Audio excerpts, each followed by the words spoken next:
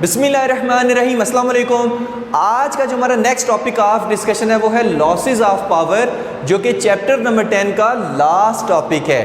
तो इसमें हम देखेंगे कि फाइबर ऑप्टिक्स है जिसमें signal in the form of light travel करता है, उसमें अगर कोई पावर लॉसेस हो रहे हैं तो उनकी रीजंस क्या हैं और उनको हम बेहतर कैसे कर सकते हैं, यानी कि पावर लॉसेस को कम किस तरह से कम कर सकते हैं कि कम से कम पावर का लॉस हो।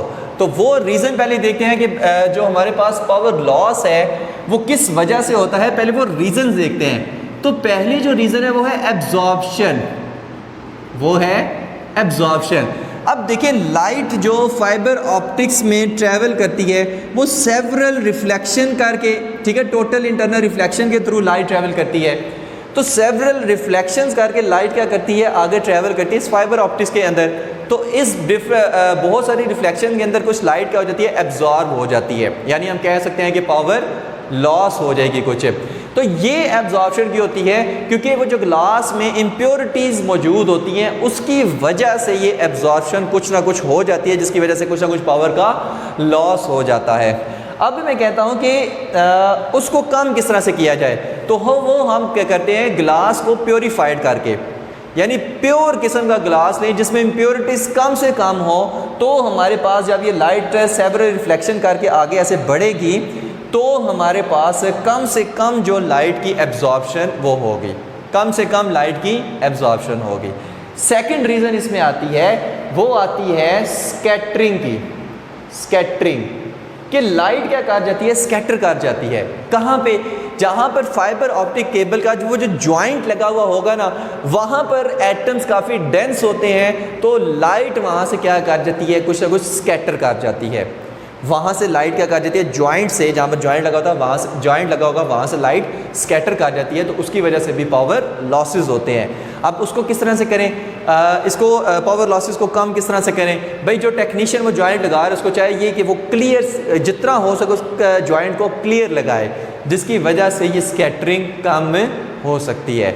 नेक्स्ट इसका जो आता है वो है डिस्पर्शन, डिस्पर्शन ऑफ लाइट। अब अगर हम फाइबर ऑप्टिक में कोई लाइट भेज रहे हैं, मान लें मोनोक्रोमेटिक लाइट है। अब मोनोक्रोमेटिक कुछ लाइट्स होती हैं वो परफेक्टली मोनोक्रोमेटिक नहीं बनाई जा सकती। हम कहते हैं कि किसी भी लाइट को हम कहते हैं कि परफेक्टली मोनोक्रोमेटिक हम नहीं बना सकते। कैसे, अब फॉर एग्जांपल अगर हम रेड कलर की हम एवरेज वेवलेंथ देखें 632 नैनोमीटर होती है, ठीक है, जो हम यूज़ करते हैं। Lambda is equal to 632 nanometer होती है रेड कलर की एवरेज वेवलेंथ है। इसको आप लैम्डा 1 का नाम दे दें। लेकिन अगर कोई वेवलेंथ है 630 नैनोमीटर तो ये भी किस में आएगी, ये भी रेड लाइट में ही आएगी, लैम्डा 2। और अगर कोई हमारे पास इस तरह वेवलेंथ है 625 नैनोमीटर तो ये भी किस में आएगी, रेड लाइट में ही आएगी। मतलब अगर हम फॉर एग्जांपल कोई मोनोक्रोमेटिक रेड लाइट हम यूज़ कर रहे हैं तो वो भी परफेक्टली मोनोक्रोमेटिक नहीं होती, उसमें भी कुछ ना कुछ इससे डिफरेंट सी वेवलेंथ होती हैं। तो अब जब ये डिफरेंट वेवलेंथ उसमें होती हैं तो ये क्या होती है, जब भी ऑप्टिकल फाइबर में से गुजरती हैं तो ये इस तरह से डिस्पर्स कर जाती हैं और डिफरेंट इनकी पाथ लेंथ्स होती हैं। अब वो किस तरह से होती हैं वो चीज़ आज हम देखने वाले हैं, ठीक है। ये हमारे पास multi mode step index fibre है। इसमें ठीक है, ये वेवलेंथ आपने याद रहे, लैम्डा 1 ग्रेटर है, लैम्डा 2 कम है, लैम्डा 3 उससे कम है। यहाँ पर हम देखेंगे कि जो लैम्डा 3 होगी, ये सबसे वाली, ये वाली कौन सी है, ये लैम्डा 3 है। ये लैम्डा 3 जैसे ही हमारे पास इस ग्लास के अंदर एंटर होती है, जैसे ही ये लैम्डा 3 जो जाहिर है हम रेड लाइट को फॉर एग्जांपल हम इसमें भेज रहे हैं जो कोई परफेक्टली मोनोक्रोमेटिक नहीं है। अब जब वो हम ऐसे इस पर भेजेंगे तो उसमें क्या होगी, जो डिफरेंट वेवलेंथ होंगी वो डिफरेंट एंगल्स पे क्या करेंगी, रिफ्रैक्ट करेंगी। डिफरेंट एंगल्स पे क्या करेंगी, रिफ्रैक्ट करेगी। उसमें जो लैम्डा 3 है फॉर एग्जांपल जो कम से कम वेवलेंथ है वो ज़्यादा एंगल पे रिफ्रैक्ट करेगी, जो लैम्डा 2 है वो कम एंगल पे रिफ्रैक्ट करेगी, जो लैम्डा 1 है वो और कम एंगल पे रिफ्रैक्ट करेगी, ठीक है।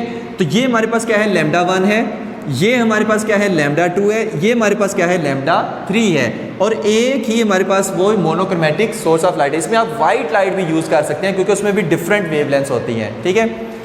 अब होगा क्या, यहां पर लैम्डा 1 आप देखेंगे इसका पाथ सबसे क्या है, ज्यादा है, इसका पाथ आपको सबसे ज्यादा नजर आएगा, यानी कि लैम्डा 1 जो है इसकी जो पाथ लेंथ है वो सबसे ज्यादा है। उसके बाद अगर हम लैम्डा 2 की बात करें तो लैम्डा 2 यहाँ से गया, इधर टकराया, यहाँ से इधर, इधर इसकी पाथ लेंथ कम है। लैम्डा 3 की बात करें, इधर टकराया, यहाँ से इधर, तो इसकी पाथ लेंथ और कम है। ठीक है, जो लाइट का पाथ है उसकी लेंथ और ज़्यादा कम है। तो इस तरह से हम कहते हैं कि ये क्या कर रहे हैं, डिफरेंट वेवलेंथ ये डिस्पर्स कर गई है। अब इसकी वजह से पावर लॉसेस भी आएंगे। क्यों? क्योंकि जो एंड पे रिसीवर पे बैठा होगा कोई भी बंदा जो सिग्नल रिसीव कर रहा है उसको एक्यूरेट इन्फॉर्मेशन नहीं मिलेगी। क्यों? क्योंकि ये जो हमारे पास डिफरेंट पाथ्स इनमें आ रहे हैं, इनका जो पहुंचने का टाइम है रिसीवर पे वो भी डिफरेंट होगा, वो भी क्या होगा, डिफरेंट होगा। अब इनमें जो टाइम का डिफरेंस आएगा वो कितना होगा, वो 33 नैनो सेकंड का होगा। हालांकि आपको ये बहुत कम टाइम का डिफरेंस लग रहा है, लेकिन जब हम लाइट की बात करते हैं तो ये बहुत ज़्यादा टाइम का डिफरेंस, हम कह सकते हैं कि ये बहुत ज़्यादा डिफरेंस होता है। ठीक है, तो डिफरेंट पाथ लेंथ है इनकी, और इनकी पहुंचने की जो टाइमिंग होगी रिसीवर पे वो भी डिफरेंट होगी। अब वो टाइमिंग का डिफरेंस कितना आ रहा है, वो 33 नैनो सेकंड तक का आ रहा है। ओके हो गया।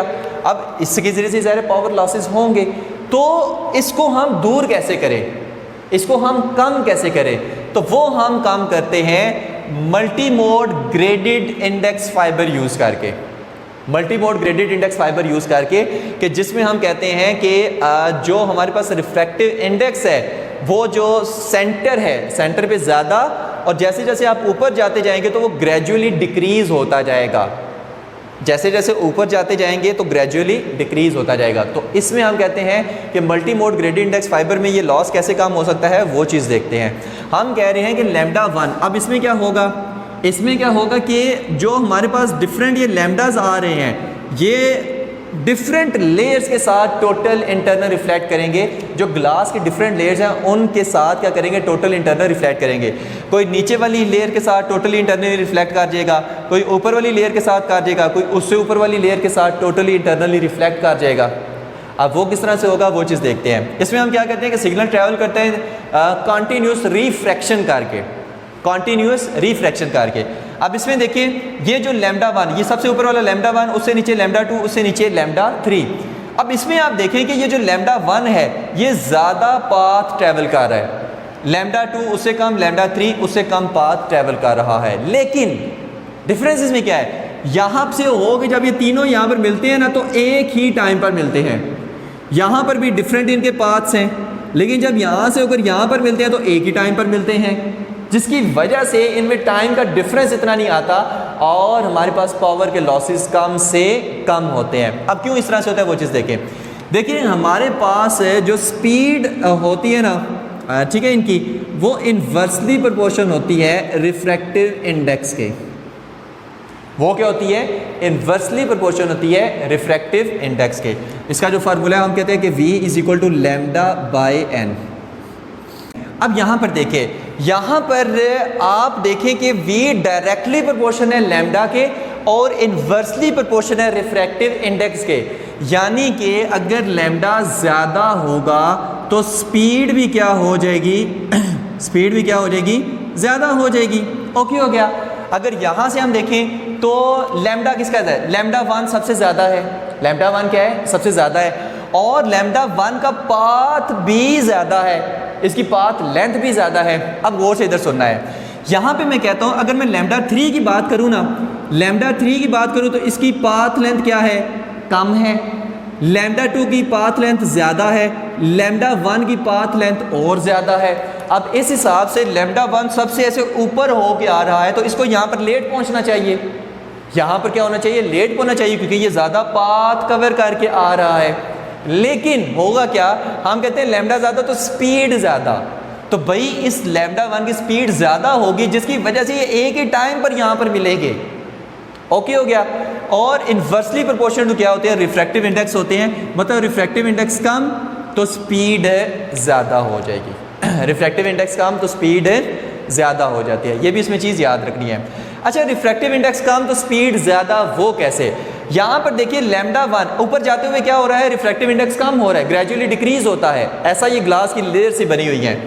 तो यहाँ पर लैम्डा 1 जो है ना वो यहाँ से रिफ्लेक्ट हो रहा है, टोटली इंटरनल रिफ्लेक्ट हो रहा है, तो सबसे ऊपर वाली लेयर से हो रहा है और ऊपर जाते हुए रिफ्रैक्टिव इंडेक्स कम हो रहा है। तो ये हमारे पास कम रिफ्रैक्टिव इंडेक्स वाली लेयर से टोटली इंटरनली रिफ्लेक्ट कर रहा है, तो इस वजह से भी इसकी स्पीड क्या होगी, ज़्यादा होगी, तो स्पीड ज़्यादा होगी। लेकिन जब यहाँ से ऐसे आगे यहाँ पर मिलेंगे तो एक ही टाइम पर मिलेंगे। क्यों? क्योंकि लैम्डा 3 की अगर हम बात करें ना तो इसका पाथ लेंथ तो कम है, इसको जल्दी पहुँच जाना चाहिए था, लेकिन ये जल्दी पहुँचेगी नहीं। क्यों नहीं जल्दी पहुँचेगी? क्यों? क्योंकि इसकी वेवलेंथ कम है, और अगर वेवलेंथ कम है तो इसकी स्पीड कम होगी, और यहाँ पर अगर इसकी स्पीड कम होगी तो ये आहिस्ता आहिस्ता आहिस्ता यहाँ पर पहुँचेगी। लैम्डा 1 ज़्यादा है, ये ज़्यादा पाथ कवर करके दे जल्दी से ऐसे तेज तेज करके यहाँ पर पहुँच जाएगा, लेकिन यहाँ पर एक ही टाइम पर दोनों पहुँचेंगे। ठीक हो गया? तो जब दोनों एक ही टाइम पर पहुँचेंगे, यहाँ से फिर इस पॉइंट पर दोनों एक ही पॉइंट पर तीनों एक ही पॉइंट पर पहुँचेंगे, यहाँ पर तीनों एक ही पॉइंट पर पहुँचेंगे, तो जो पावर का लॉस है वो कम से कम आएगा। क्यों? क्योंकि टाइम का डिफरेंस कम से कम आएगा। यहाँ पर तो देखिए ना एंड पे जब पहुँच रहे हैं तो कोई आगे कोई पीछे, लेकिन वहाँ पर एक ही पॉइंट पर पहुँच रहे हैं, तो इस हिसाब से हम कहते हैं कि यहाँ पर 33 नैनो सेकंड का टाइम डिफरेंस, और जो इसमें टाइम डिफरेंस होता है वो 1 नैनो सेकंड का होता है। इसमें जो टाइम डिफरेंस आ रहा है एंड पे रिसीवर पे पहुंचने का इन तीनों वेवलेंथ्स में, वो कितना आ रहा है, 1 नैनो सेकंड का होता है, जो ना होने के बराबर होता है। तो इस तरह से हम multi mode graded index fibre use करके पावर के जो लॉसेस हैं उनको कम कर सकते हैं। ठीक हो गया? तो ये था हमारा आज का लेक्चर, और यहाँ पर हमारे चैप्टर नंबर 10 के सारे टॉपिक कंप्लीट होते हैं। अगर इस चैप्टर से रिलेटेड आपको कोई भी वीडियो चाहिए हो तो कोशिश करें कि प्ले लिस्ट में जाकर देखा करें, क्योंकि वहाँ पर हर चैप्टर की अलग से वो प्ले लिस्ट बनी हुई है, जिसमें चैप्टर वाइज वो सारी उस चैप्टर की वीडियो है, हर चैप्टर की अलग अलग से वो पूरी सीरीज़ है एक है, तो वहाँ से आपको आसानी से वीडियो इसकी मिल सकती है। तो ये था हमारा आज का lecture. Thank you very much. अल्लाह हाफिज़।